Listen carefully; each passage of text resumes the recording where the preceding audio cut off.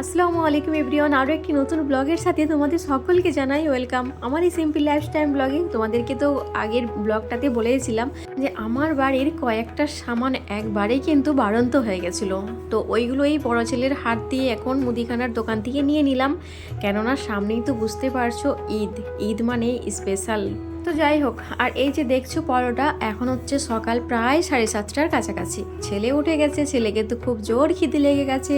ছেলেকে এখন পরোটা বানিয়ে দেবো। এই যে দেখছো ঘি দিয়ে বেশ গরমা গরম পরোটা, কার না খেতে ভালো লাগে বলো, গরম গরম পরোটা আর হচ্ছে কি আলু ভাজা। তো ছোটো ছেলেকে তো এই কয়েকদিন পরোটা আলু ভাজা এইসবই দিচ্ছি, ভাত একবারেই খুব কমই খাওয়ানো হচ্ছে, মানে এক টাইম খাওয়ানো হচ্ছে, শুধু দুপুরেই খেতে দেওয়া হয় ভাত, আর 2 টাইম দেওয়া হয় পরোটা, রাত্রে আর হচ্ছে সকালে। তো যাই হোক চলো, আর ছেলের জন্য এখন কিন্তু পরোটাই বানিয়ে নেব। তো মা আছে, মা এখন পরোটাগুলো বেলে দিচ্ছে ওইদিকে, আর আমি এখানে সেকে ছেলেকে খেতে দিয়ে দেব। মা আছে বলেই আমার অনেকটা কাজ কিন্তু আমার হেল্প হয়ে যাচ্ছে। যেমন ঈদের ধরো মার্কেটিং কোনো কিছুই আমার করা হয়েছিল না, ছেলেদের সবই কিন্তু বাকি ছিল। এই যে কিছুদিন আগে নিয়েছিলাম, তো ঈদের সময় নতুন নতুন কোনো কিছু তো কেনাকাটা করতেই হয়, তো মাকে রেখে দিয়েই যাবো একবার বাজারে। তো আজকের সকালে কিন্তু সকাল থেকে অনেকই ব্যস্ততার মধ্যেই দিনটা কাটানো হবে, কেননা ছোটো ছেলে বলেছে আজকে আম্মা যে আজকে আমাকে না বিরিয়ানি খেতে ইচ্ছে করছে গো, আমাকে কি বিরিয়ানি খাওয়া যাবে?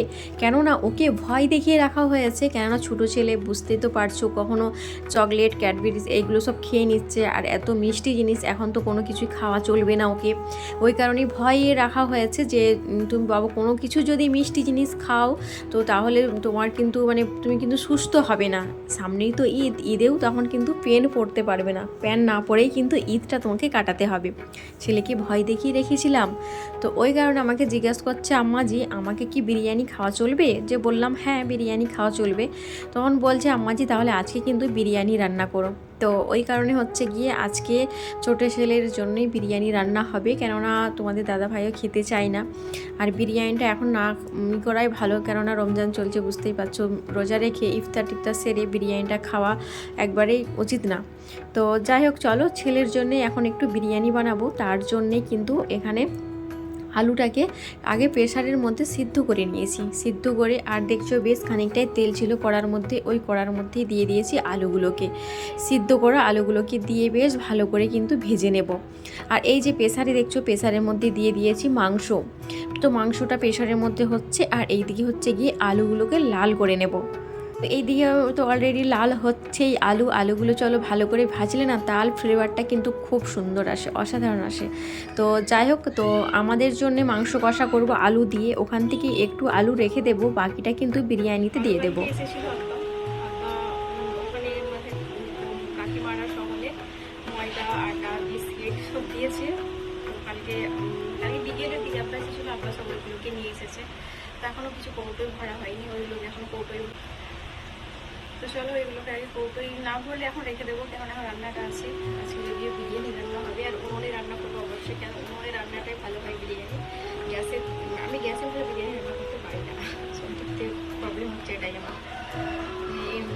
তো চলো কী কী নিয়ে এসেছে, আপনার গতকালকে নিয়ে এসেছিলো বিকেলে, তো এগুলোই তোমাদেরকে একটু দেখিয়ে নিই। দেখো তো বন্ধুরা কত কি ভালোবেসে পাঠিয়ে দিয়েছে ওর নানু নানিরা সকলে। তো আমার কাকিমারাই সব পাঠিয়েছে এইগুলো, মানে আটা ময়দা ঘি।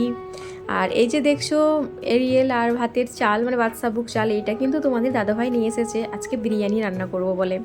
আর এখানেও দিয়েছে, কাকিমায়েরা সকলে দিয়েছে, আমার মানে এখানে শাশুড়িরা সবাই দিয়েছে। তো ওইগুলোও আছে কিন্তু, মানে 2টো বাস্কেট পুরো ভর্তি ঝুড়ি, এত সব ময়দা ঘি বিস্কিট হরলিক্স আমার ননদরা সকলে দিয়ে গেছে।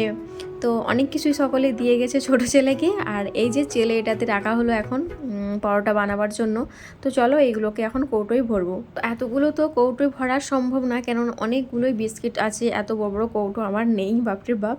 তো এখন সবগুলো রেখে দেবো, বড় সাইজের সে ঝুড়ি বাস্কেটগুলো যেগুলো থাকে ওইগুলো নিয়ে এখন রেখে দেবো, পরে তখন একটা একটা করে নেব আর খাওয়া হবে। তো যাই হোক, আর এই দিকে কিন্তু দেখছো আলু লালটা আমার অলরেডি হয়ে গেছে, আর এই দিকেও মাংস কষানোটা হচ্ছে।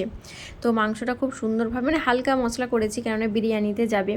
আর যেটা বাকিটুকু যেটুকু থাকবে ওটাতে আর একটু মশলা দিয়ে ভালো করে কষিয়ে নেব। চলো এইদিকে হাঁড়ির মধ্যে দিয়ে দিয়েছি একটু কাদা মাটি দিয়ে ভালো করে, মানে কালিকগুলো ভালো করে ছেড়ে যাবে, অত আর মাজতে হবে না।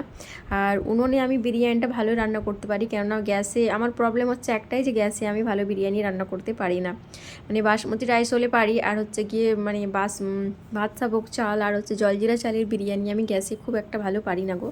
তো যাই হোক, আর মা দেখেছো এগুলো সব কিন্তু কেচে মেলেছিল গতকালকে, আজকে করে শুকোলো সব, অনেকগুলোই কাপড় জামা কেচেছে মা, কেননা ছেলেরকে বারবার নিচে নামছে, শুয়ে আছে, বালিশগুলো পায়ে দেওয়া হচ্ছে, মানে ছোট ছেলের সাইডে দেওয়া হচ্ছে। তো ওই কারণে সবগুলো মা কিন্তু কেচে দিয়েছে বাড়ি যাওয়ার আগে, বলছে তোকে আর এত কাচতে হবে না, সামনে ঈদও আছে, ঈদ স্পেশালে। তো হচ্ছে মা ওই কারণে সব কিন্তু পরিষ্কার পরিপাটি করে কিন্তু আমার সংসার আমার হাতে সঁপে দায়িত্ব দিয়ে চলে গেল মা বাড়ি আজকে। তো আমার সংসার আমাকে তো দেখতেই হবে, মা এতদিন ছিল, কোনো কিছুই চাপ ছিল না আমার। তো যাই হোক চলো, আর এই যে চিকেনটা বানাবো, বিরিয়ানিটা বানানো হয়ে গেছে, বিরিয়ানিটা এখন দেবো দমে। তো চলো বিরিয়ানিটাকে দমে দিয়ে দিই। মা তারপরে বাসন টাসনগুলো যা আছে সব কিন্তু ধুয়ে নেবে। আর আজকে কিন্তু তেলের কৌটোগুলো ভাবছি ধুয়ে নেব, কেননা মা আছে আর একাতে অত সব করা সম্ভব না, ছেলেকে সামলালো, বাড়ির কাজ করা মানে অসম্ভব হয়ে যায় জানো তো। আর রোজা রেখে না ভালো লাগে না তখন এত সব কাজ করতে। তো যাই হোক চলো, এই যে মা খুব সুন্দরভাবে গরম জল দিয়ে পরিষ্কার করে ডলে ডলে কিন্তু ধুয়ে পরিষ্কার করে দিয়েছে। আর এই দিকে তেল ছিল না, তেল নিয়ে এসেছে, আর বিস্কিটে আর ময়দা, এই যে দেখছো হরলিক্স, এইগুলো আরেক ননদ এসেছিলো, ননদ এসে দিয়ে গেল, এইগুলো আরও দিয়েছে, ছেলেকে জামা প্যান্ট দিয়েছে। তো ওইগুলো কিন্তু দেখাবো, এই ব্লগটাতে আমি দেখাতে পারবো না, কেননা অলরেডি অনেকটাই বড় হয়ে গেছে। তো এর পরের যে নেক্সট ব্লগটা তোমরা পাবে সেটা ঈদেরই কিন্তু স্পেশাল ব্লগ আসছে, যে কী মার্কেটিং করলাম মানে ঈদ স্পেশাল। তো চলো, নেক্সট ব্লগকে দেখার জন্য অপেক্ষায় থাকবে, অবশ্যই কিন্তু কমেন্ট করে জানিও আমাকে। তো তোমাদের ভালোবাসায় এতটুকু আগিয়ে এসেছি, তো তোমরা যে আমাকে সাপোর্ট করেছো, ফুল সাপোর্ট কিন্তু আমিও তাদেরকে করেছি। তো যাই হোক, দেখলে যে এক ঝুড়ি বাস্কেট ময়দা টয়দা ওইগুলো রাখা আছে, আরও একটা উঠোনো আছে, তো আরও এক ঝুড়ি এখনও ওঠানো আছে। তো চলো তেলটাকে এখন ঢেলে নিই। কৌটোর তো মা পরিষ্কার করে ধুয়ে দিয়েছে বললাম, তো তেলটা ছিল না, একবারে বাড়ন্ত হয়ে গেছিলো। তো ঈদের এখনও কিন্তু মানে গ্রোসারি সামানগুলো নেওয়া হয়নি এখনও।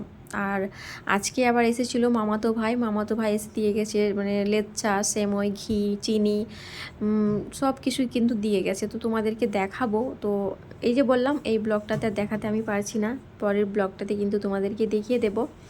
তো তার আগে সব থেকে সমস্যায় পড়ে গেলাম, যে সামনেই তো ঈদ, কিন্তু ছেলেকে নিয়ে যাব কি করে। তো ছেলেকে নিয়েই মনে হচ্ছে বেরোতে হবে আজকে একটু বাজারের দিকে, কেননা ছেলেদেরও কেনাকাটা আছে। তো ছেলেদেরগুলো নেব, তো তার কারণে তো ছেলেকেও তো নিয়ে যেতে হবে ভাবছি। তো মা যে আছে, মাকে না হলে বলবো যে, মা বললো যে নিয়ে যেতে হবে না, ছোটো ছেলেকে রেখে যেতে।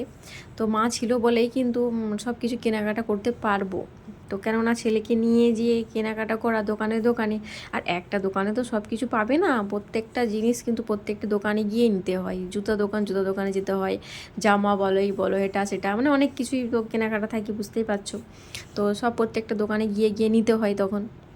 তো মা যে বাড়িতে ছিল, মাকে কিন্তু মায়ের সামনে ছোটো ছেলেকে রেখেই যেতাম কেনাকাটা করতে। তো যাই হোক চলো, আর আজকে রান্নাবান্নাতে কী আছে দেখে নাও। কলমি শাক নিয়ে নিয়েছি, বেশ কলমি শাক নরম নরম, আর নিয়েছি আম দিয়ে ডাল দিয়ে আমের টক করব, আর ঝিঙে মাখা করব, ঝিঙেকে সিদ্ধ করে মা কিন্তু মাখা করবে, মানে রাত্রে খাবার জন্য, এটাকে রেখে দেব ফ্রিজে। আর আমার এই টবগুলোকে দেখো, গোলাপ ফুলগুলো খুব সুন্দরভাবে হয়েছে, কুড়িও এসেছে গোলাপ ফুলে, জানি না কয় ফুলগুলো হয়। তো যাই হোক, গাছগুলো নিয়ে এসেছিলাম এই ছোটো, এখন কিন্তু বেশ বড় হয়েছে গোলাপের গাছগুলো। তো যাই হোক চলো, আর এই সাইডেও অনেকগুলো গাছ হয়েছে। তো গাছগুলো এদিকে হয়েছে দেখে বেশ ভালোও লাগে, যে না কষ্ট করে গাছগুলোকে লাগিয়েছি, না ফুল ফল দেয়, দেখে যেন মনটা যেন ভরে যায়, তাই না। আর এই সাইডে আছে তো কারি পাতা, এই গাছটা তো তোমরা সকলে চিনোই। আমার এই দিকে দুটো গোলাপ চারা লাগিয়েছি, আর এক সাইডে আছে কাগজ ফুলের গাছ লাগিয়েছি। তো বেশ ভালোই হয়েছে। আর ব্ল্যাঙ্কেটগুলো রোদে দিয়েছি, মা দিয়ে কাপড়গুলো কেচে দিয়েছে, স্নান করেছিলাম আমি, মা সব কাপড় জামাগুলো কেচে দিয়েছে।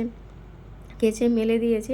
আর কয়েকটা কিন্তু মানে কয়েকটা না, অনেকগুলো কিন্তু বাসন আছে, বাসন এখনও মা কিন্তু ওইদিকে ধুচ্ছে।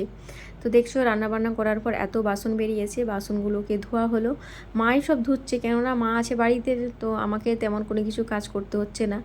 আর এই যে হলুদের গুঁড়ো, লঙ্কার গুঁড়ো, জিরের গুঁড়ো, তারপরে আছে এখানে কাশ্মীরি লঙ্কার গুঁড়ো, কেননা ছেলেরা বেশি ঝাল খেতে পারে না, ওই কারণে আমি কাশ্মীরি লঙ্কার গুঁড়োটাই ব্যবহার করে থাকি, মানে খুবই কম দিলেই তো কাজ হয়।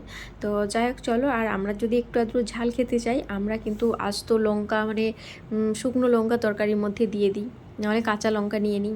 তো একবারে তো মানে এটা ভালো লাগে না খেতে, ছেলেদের জন্য খেতেও একটু আধটু। তো যাই হোক চলো, এইগুলো সব আগে কৌটোয় ভরে নিই। আর এই যে কৌটোগুলো দেখছো, আজকে কিন্তু মা ধুয়েছে সব কৌটোগুলো। আজকের আমার কিচেন রুমের কৌটোগুলোকে মা পুরো পরিষ্কার করে দিয়েছে, ডলে ডলে খুব সুন্দরভাবে ক্লিন করে দিয়েছে। আর এইসব এরকম পরিষ্কার পরিচ্ছন্ন জিনিস থাকলে দেখতে বেশ ভালোও লাগে। মানে ঘরকে যেমন আমরা সাজিয়ে রাখতে ভালোবাসি, ওইরকম সাজাতেও ভালোবাসি, তাই না?